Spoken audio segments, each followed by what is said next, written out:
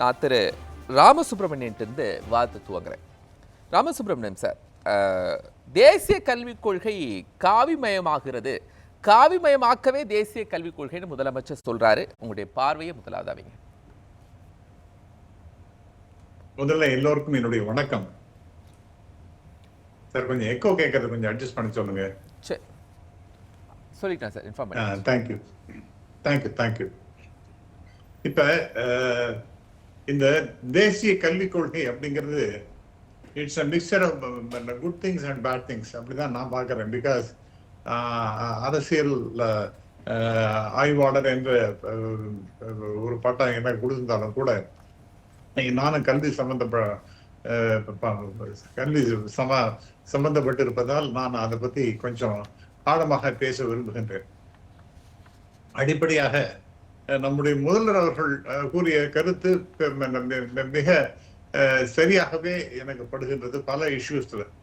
உதாரணமாக இப்ப மிகப்பெரிய பிரச்சனையாக இருக்கிறது இந்த கல்விக் கொள்கைங்கிறது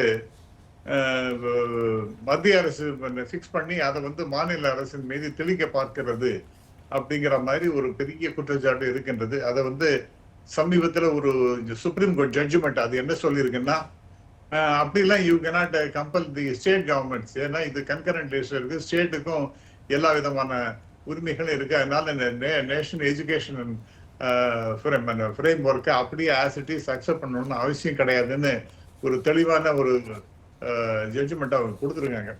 ஆகவே அது ஒரு விதத்தில் சரி. ரெண்டாவது பார்த்தீங்கன்னா, ரொம்ப வருத்தமான சமாச்சாரம் பார்த்தீங்கன்னா, இப்போ மகாத்மா காந்தி செத்து போனதையே பாடத்திட்டத்திலேருந்து எடுக்கிறாங்க. இது எப்படி சரியா இருக்க முடியும்? அவர் என்ன தற்கொலை பண்ணி செத்து போயிட்டாரா? இறந்தார் அப்படின்னு போடுறாங்க. மகாத்மா காந்தி இறந்தார். யாரு அவரை கொன்னது? அது கோட்சேங்கிற ஒரு ஆளு.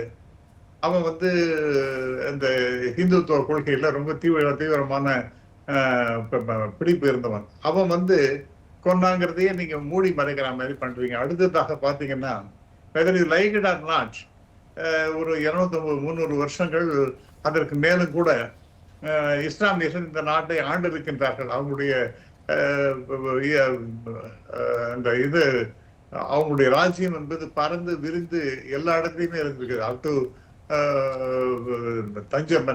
தமிழ்நாடு வரைக்கும் கூட அது விரிந்து பறந்து இருக்கக்கூடிய செய்திகள்லாம் நாம் பார்க்கின்றோம். அதெல்லாம் பத்தி நிறைய இஷ்யூஸை பத்தி பேசுறோம். என்னோட நண்பர் பாக்கி கூட அவர் நிச்சயமா சொல்லுவார், நம்ம ஸ்ரீரங்கம் கோயில்ல எப்படிப்பட்ட அநியாயங்கள்லாம் நடந்து அதை பத்தி ஒரு அருமையான புஸ்தகமே வந்திருக்கின்றது. ஆகவே இதெல்லாம் பார்க்கும்பொழுது அவங்க டெஃபினட்டா அவங்களுடைய சித்தாந்தத்தை இதுல திணிக்கிறார்கள், கல்வியில திணிக்கிறார்கள் என்பது நாம் பார்க்கின்றோம். அதை தாண்டி மும்மொழி கொள்கை, இதே மும்மொழி கொள்கை அது இல்லைன்னு 2 இருந்தா இருந்துட்டு போட்டோம் அப்படிங்கிற மாதிரி பேசினாலும் கூட, மும்மொழியை நீங்கள் அக்செப்ட் பண்ணிக்கலன்னா என்ன ஆகும் அப்படின்னா, நாங்க கல்விக்கான பணத்தை கொடுக்க மாட்டோம். அதே மாதிரி PM ஸ்ரீ பள்ளிக்கூடத்தை நீங்க நிறுவவில்லை என்றால் உங்களுக்கு நாங்க பணத்தை கொடுக்க மாட்டோம். இதெல்லாம் ரொம்ப அடாவடித்தனமான பேச்சு. இதெல்லாம் ஒரு இந்தியா போன்ற பன்முகத்தன்மை உடைய இந்த நாட்டுல, ஒரு ஃபெடரல் ஸ்ட்ரக்சராக இருக்கக்கூடிய இந்த நாட்டுல, நான் சொல்றதை take it or leave, my way or highway அப்படிங்கிற ஆட்டிடியூட் என்பது ரொம்ப ரொம்ப தவறானது. அது மிகவும் கண்டிக்கத்தக்கது. அதை தாண்டி கல்விக்காக கொடுக்க வேண்டிய ஒரு 2400 கோடி ரூபாய்களை நாம இந்த PMC அதுல நம்ம அக்செப்ட் பண்ணிக்கலங்கிற காரணத்துக்காக நிறுத்தி வச்சிருக்காங்க, கொடுக்க மாட்டேன்றாங்க. அண்ட் மோரோவர் அதனால என்ன ஆகுதுன்னு பாத்தீங்கன்னா, ஏராளமான டீச்சர்ஸுக்கு சம்பளத்தை கொடுக்க முடியல. அடுத்தது பார்த்தீர்கள் என்றால், இவங்களுக்கெல்லாம் ஸ்டூடெண்ட்ஸுக்கு ஃப்ரீ எஜுகேஷன், அதாவது 25% of the students in private schools அவங்களுக்கு எல்லாம் ஃப்ரீ எஜுகேஷன் கொடுக்கணும். அதுக்கு பணத்தை கொடுக்க மாட்டேன்றாங்க. அது பிக் இஷ்யூ. இப்போ கோர்ட் வரைக்கும் போயிட்டு இருக்கிறது. இந்த மாதிரி இருக்கக்கூடிய நிலைமையெல்லாம் பார்த்தீர்கள் என்றால், நிறைய மாணவர்களுக்கு படிப்புக்கு வசதிகள்லாம் குறைக்கப்படுகின்றன. அவங்களுக்கு இஷ்டப்படி வைக்கிறதுனாலதான் காவிமயமாகிறது அப்படிங்கிற ஒரு விஷயத்தை கொண்டு வராங்களா? என்ன சார்? இல்ல, காவிமயம் அப்படிங்கிறது நீங்க சொன்ன இந்த ஆஸ்பெக்ட்ஸ்ல கேட்கல சார். காவிமயமாகிறது தேசிய கல்விக் கொள்கை அப்படிங்கிறது நீங்க சொன்ன இந்த ஆஸ்பெக்ட்ஸ்ல தான் எடுத்துக்க வேண்டியது இருக்கு. சிலபஸ் மத்திய அரசு விரும்பிய மாதிரியான சிலபஸை வச்சுக்கிறாங்க அப்படிங்கிறது. ஆமா சார், நான் ஒன்னே கேக்குறேன், மகாத்மா காந்தி இறந்தார் அப்படின்னு என்ன சார் அர்த்தம்? அவரை தற்கொலை பண்ணி செத்து போயிட்டாரா? நான் கேட்கறது உங்களுக்கு புரியுறதா? அதாவது மகாத்மா காந்தி இறந்து போனார் அப்படின்னு ஒரு ஸ்டேட்மெண்ட் நீங்க எடுக்கிற மாதிரி ஒரு புத்தகத்துல இருந்ததுன்னா, அதே மாதிரி 7வது படிக்கக்கூடிய அந்த மாணவர்களுடைய புத்தகத்துல முகமடன் ரூல் இந்தியால அதை பத்தி கம்ப்ளீட் எடுத்துட்டாங்க, சாப்டர்ஸ் எல்லாம் எடுத்துட்டாங்க சார். எப்படி நீங்க எடுக்க முடியும்? அக்பரை பத்தியோ அவுரங்கசீபை பிடிக்கிறதோ பிடிக்கலையோ, you are talking very high off. நானும் அதை பத்தி தான் பேசுறேன். அந்த கோயில் அதே இடத்துல ஆலயத்தை கட்டணுங்கிற மாதிரி நானும் பேசினவன் தான் அயோத்தியில. ஆனால் அந்த அந்த அதுக்கெல்லாம் காரணமாக இருந்த அந்த அவுரங்கசீப், பாபர் போன்றவர்கள் எல்லாம் நான் வந்து இக்னோர் பண்ணிட்டு அந்த புத்தகத்திலே இல்லாம பண்ணினால் எந்த விதத்துல நியாயம்? You are distracting the history. சரி sir, you can't write the history as you R.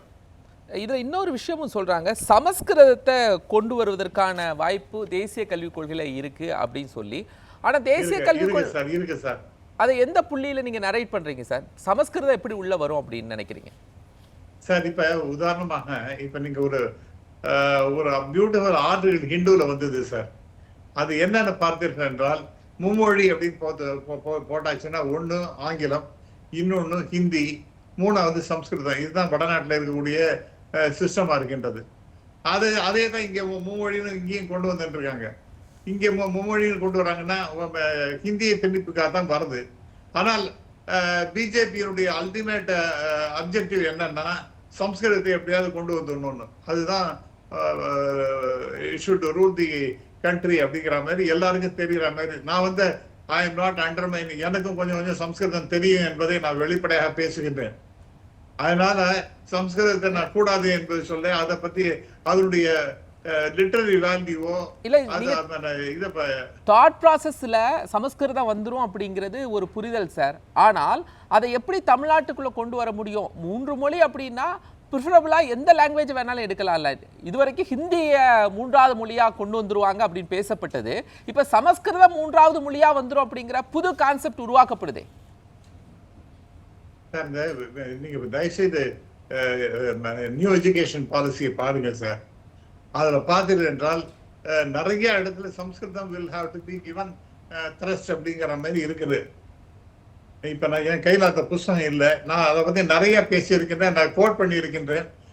அதனால சம்ஸ்கிருதத்தை அவங்க வந்து தூக்கி பிடிக்கணும். அது அதனுடைய values will have to be imbibed to the students. அதை வந்து அதனுடைய உயர்தினை பறைசாற்ற வேண்டும் அப்படிங்கிற மாதிரிலாம் தான் இருக்கு. ஆகவே